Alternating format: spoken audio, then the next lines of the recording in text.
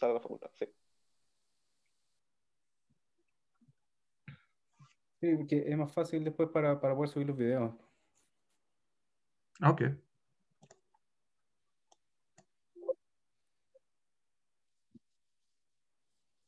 Ya. Mi reloj dice que son las 4, entonces empezamos. Bienvenidos a todos a la última sesión de nuestro seminario CIMAFE. Y tenemos 3 charlas en esta sesión. Empezamos con la charla de Nicolás Vidal de la Universidad de la Frontera en Temuco.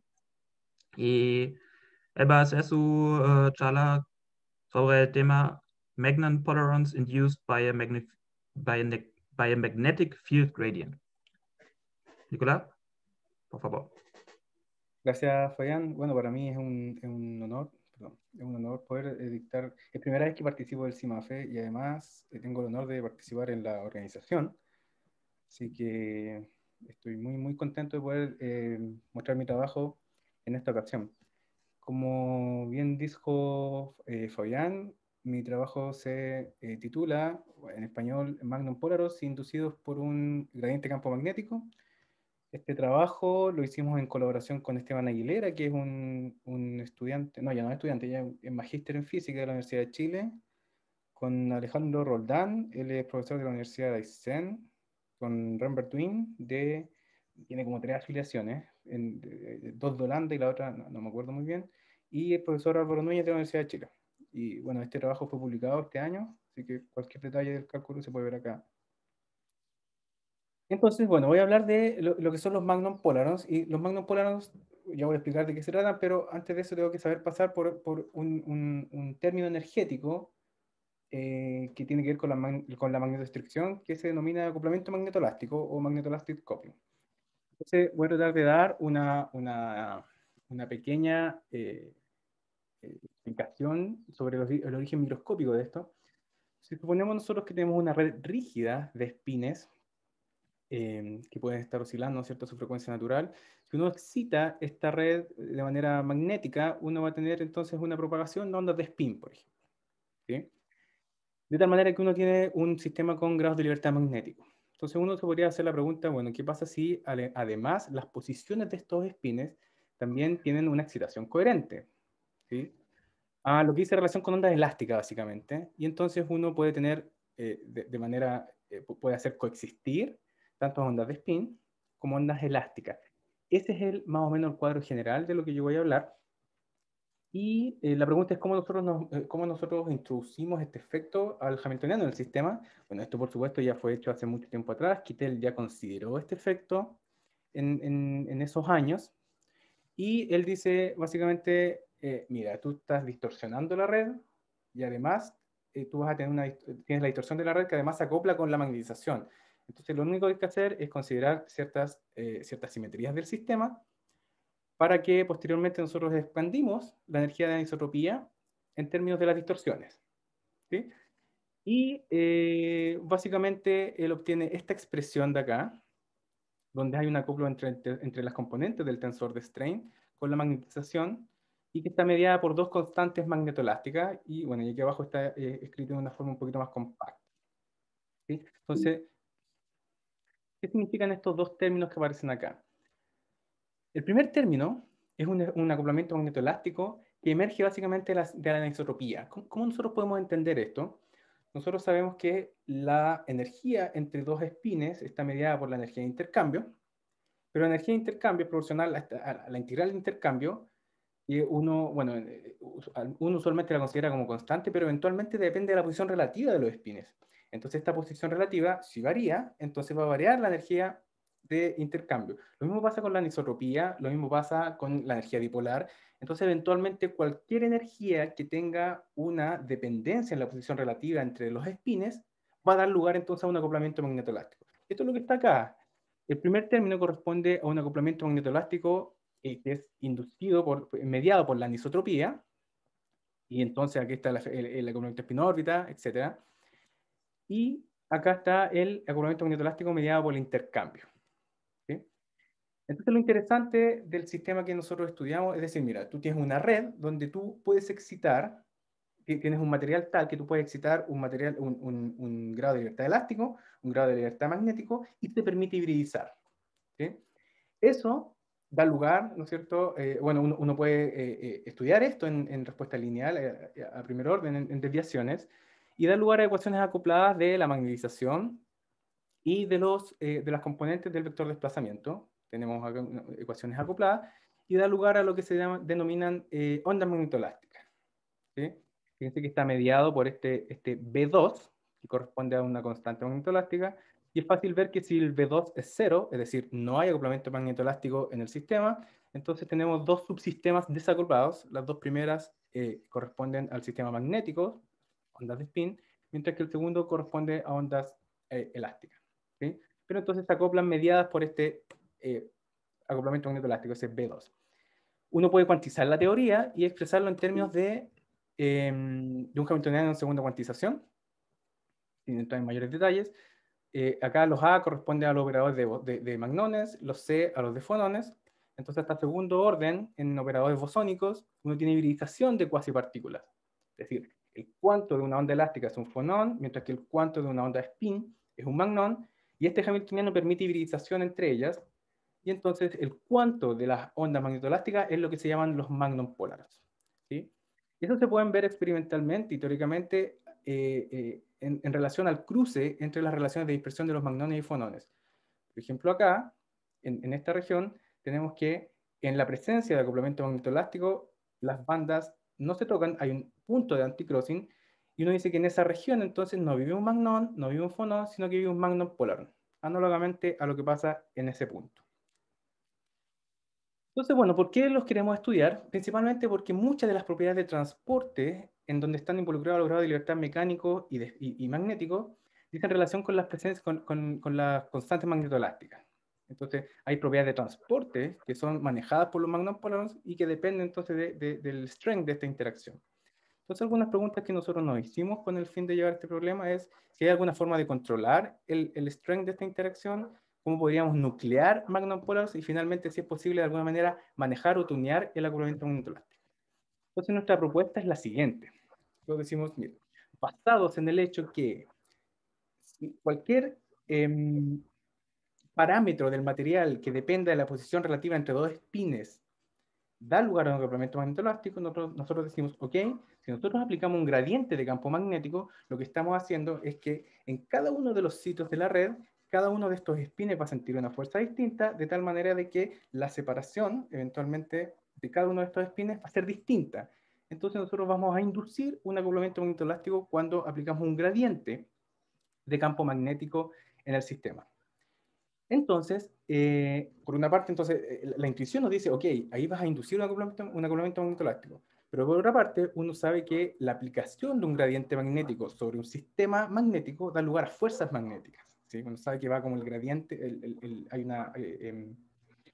una fuerza debido a este campo magnético. Entonces es un sistema que está básicamente acelerado. El problema es que si uno tiene un sistema acelerado no lo puede diagonalizar, entonces no se puede encontrar la autoenergía del sistema. Nosotros tenemos que saber lidiar con ese problema.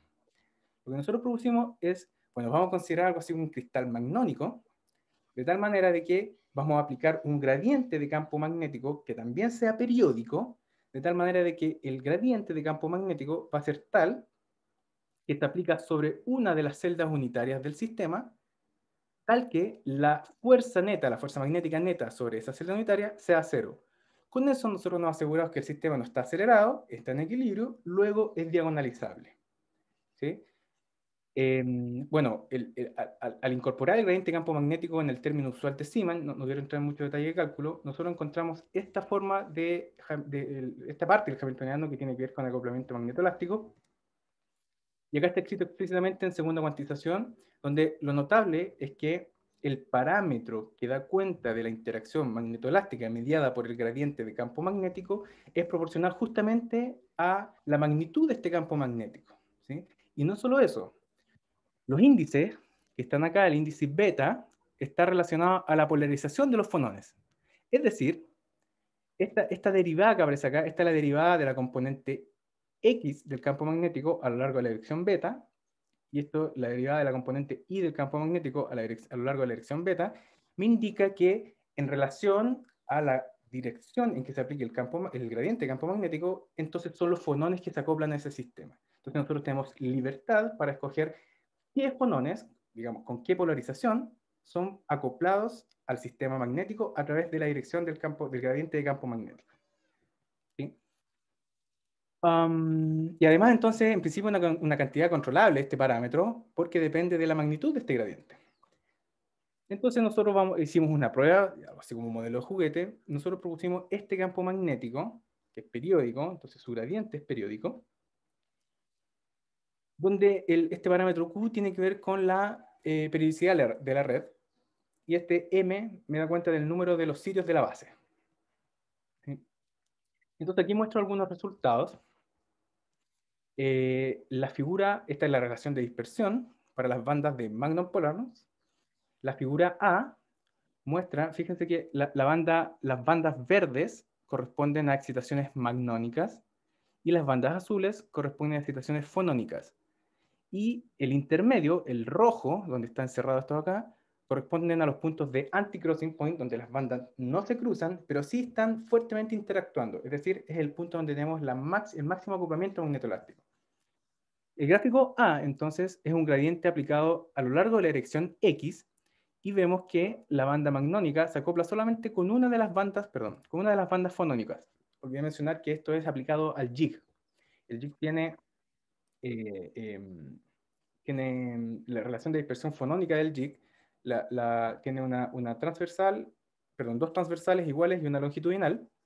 Entonces, en este caso, vemos que si nosotros aplicamos el gradiente campo magnético en la dirección X, notamos que hay acoplamiento solamente de una banda de fonones, está acá, con la banda magnónica. Este es para m igual a 2, si tenemos dos sitios. Si nosotros aplicamos el gradiente campo magnético en la dirección Z, notamos que ahora los magnones se acoplan con la otra banda de fonones. ¿Sí? Ya no se acopla con esta de acá, sino que se acoplan con la otra banda de fonones. Y por completitud nosotros mostramos que si aplicamos el gradiente en la dirección X y en la dirección Z, los magnones se acoplan con todas las bandas de fonones. ¿Sí? Entonces, el referee nos dijo, mira, muy bonito todo, pero en realidad ustedes no van a hacer capaz de hacer un gradiente que tengan a lo largo de dos sitios. Este es m igual a 2, entonces tenemos una red en la celda unitaria de nuestro cristal magnónico, tenemos dos sitios. Y el referee nos dice, no van a ser capaces. Ok, vamos a hacerlo entonces para 20 sitios. Entonces, por supuesto que esto es muy difícil mostrar en el gráfico. Aquí tenemos todas las bandas disponibles para 20 sitios. Pero lo interesante es que, bueno, se sigue cumpliendo lo mismo. Cuando aplicamos el gradiente en determinadas direcciones, se acopla con con las bandas fonónicas selectivamente. Y lo más interesante para nosotros es poder reproducir los gaps de energías que ya han sido mostrados solamente con el acoplamiento magnetoelástico intrínseco que tiene el jig. Este gap de energía, eh, no me acuerdo muy bien, bueno, aquí está el orden más o menos de magnitud. Este gap de energía se obtiene intrínsecamente de las constantes magnetoelásticas en el jig. Entonces nosotros dijimos, bueno, ¿qué magnitud de gradiente de campo magnético deberíamos tener para poder representar el mismo gap? Eso es lo que hicimos acá. Las líneas punteadas corresponden a los gaps obtenidos a través de este acoplamiento intrínseco en jig, y las curvas verdes y rojas corresponden a los acoplamientos, a los gaps obtenidos a través de nuestro modelo aplicando un gradiente de campo magnético. Entonces notamos que para gradientes más o menos de 0,1 Tesla por metro, obtenemos entonces los mismos gaps que se obtienen de manera intrínseca en jig. ¿Sí? Te quedan 2 minutos. Ok, gracias. Estoy terminando, gracias. Entonces, bueno, este en realidad es nuestro principal resultado. Nosotros pudimos establecer que para gradientes de campo magnético que son, es esperado que se puedan realizar experimentalmente, porque estas curvas se obtienen a partir de las dos bandas más bajas de este gráfico de acá. Entonces, en principio, es un cristal magnónico con 20 sitios por celda unitaria, es algo que se puede realizar experimentalmente, y las bandas más bajas dan cuenta de este comportamiento que reproducen bastante, que deberían reproducir entonces los mismos gaps observados de manera intrínseca.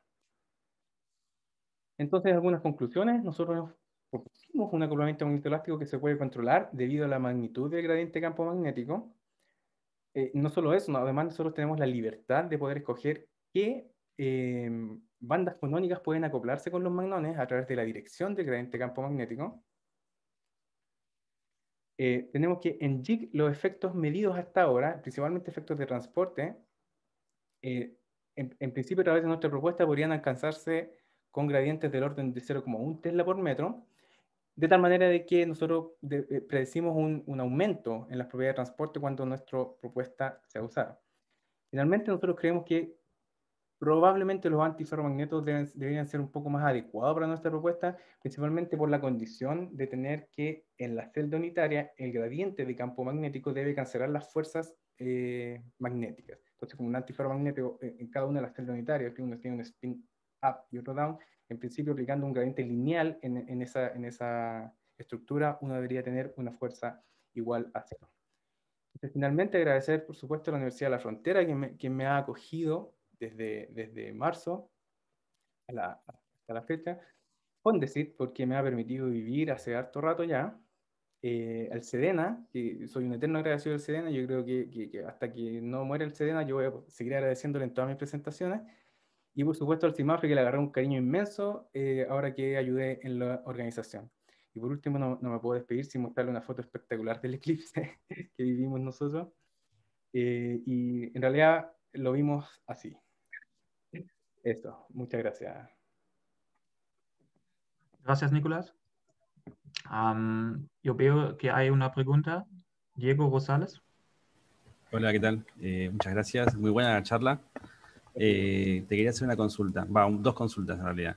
Primera es, no termino de entender por qué si el gradiente de campo magnético no cumple ciertas condiciones, no puedes resolver diagonalizar, dijiste, el hamiltoniano. No, yo imagino que aunque si es no homogéneo, que es el caso para que haya un gradiente no nulo, no entiendo por qué debería ser de cierta forma para que se pueda diagonalizar. Esa sería la primera pregunta. Sí. Ya, te respondo. Ya. Lo que pasa es que para poder diagonalizar sistemas bosónicos, uno tiene que bueno, construirse una matriz parunitaria para Sí, poder sí, sí. diagonalizarla, ¿no es cierto? Y una de las Sí, condiciones de diagonalización es que esta sea definida positiva. sí. ¿Sí? Entonces pasa que si el sistema está acelerado, entonces esa matriz deja de ser definida positiva. Entonces no tiene frecuencias imaginarias, básicamente. O sea, eso se cumple si no es homogéneo. O sea, tienen que cumplir. Ok, no sabía eso, mira. No Sí, sabía. Okay. sí. O sea, La segunda parte. nos sobreponemos a eso, teniendo que la fuerza entonces en la celda unitaria del cristal magnónico sea cero. Ok. Ok, después lo miro en tu trabajo. ¿Ya? No quiero extenderlo mucho más la pregunta. La siguiente es cómo resuelven, porque acá mencionaste que tienen operadores bosónicos para los magnones y para los fonones, pero ¿cómo lo resuelven eso? ¿Que hacen diagramática o algo así? ¿Cómo es? ¿O campo medio? ¿Cómo lo hacen? No, esta es diagonalización directa, como tenemos solamente a orden cuadrático, nosotros expresamos el hamiltoniano en su forma Bogoliubov-Digens, Sí. y Ah, ok. aquí podemos diagonalizar el sistema a través o para diagonalizar el sistema, si hubiera. Sí, sí, sí. Ah, ok. Perfecto. Bueno, muchas gracias. Muy buena la charla. Gracias a ti por la pregunta.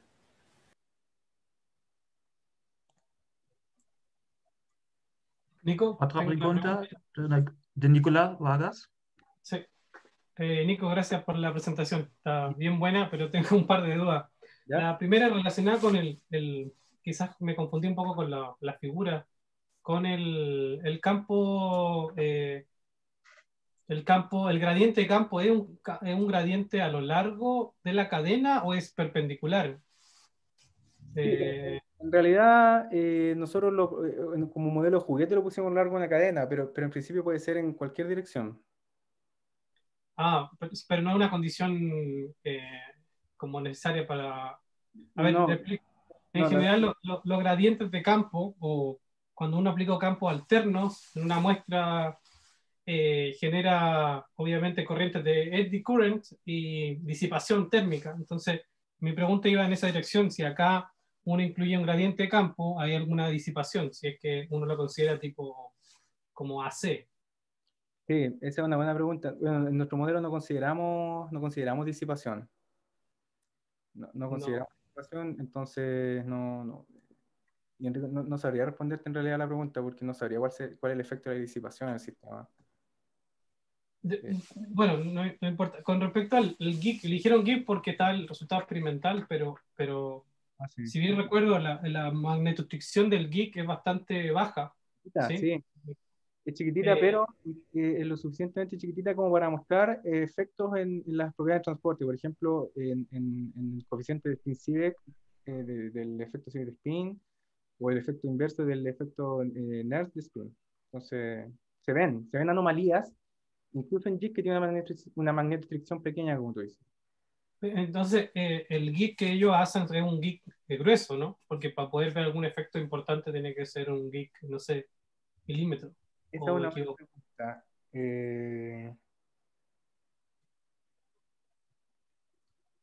No tengo claro si el JIT tiene que ser tan grueso como para que vean los efectos. ¿Por qué te lo menciono? Porque hay gente que ha mostrado a través de la teoría de que en realidad lo que importa para poder explicar las corrientes de spin debido al efecto así de spin, por ejemplo, en este tipo de materiales, es solamente el efecto del bulto.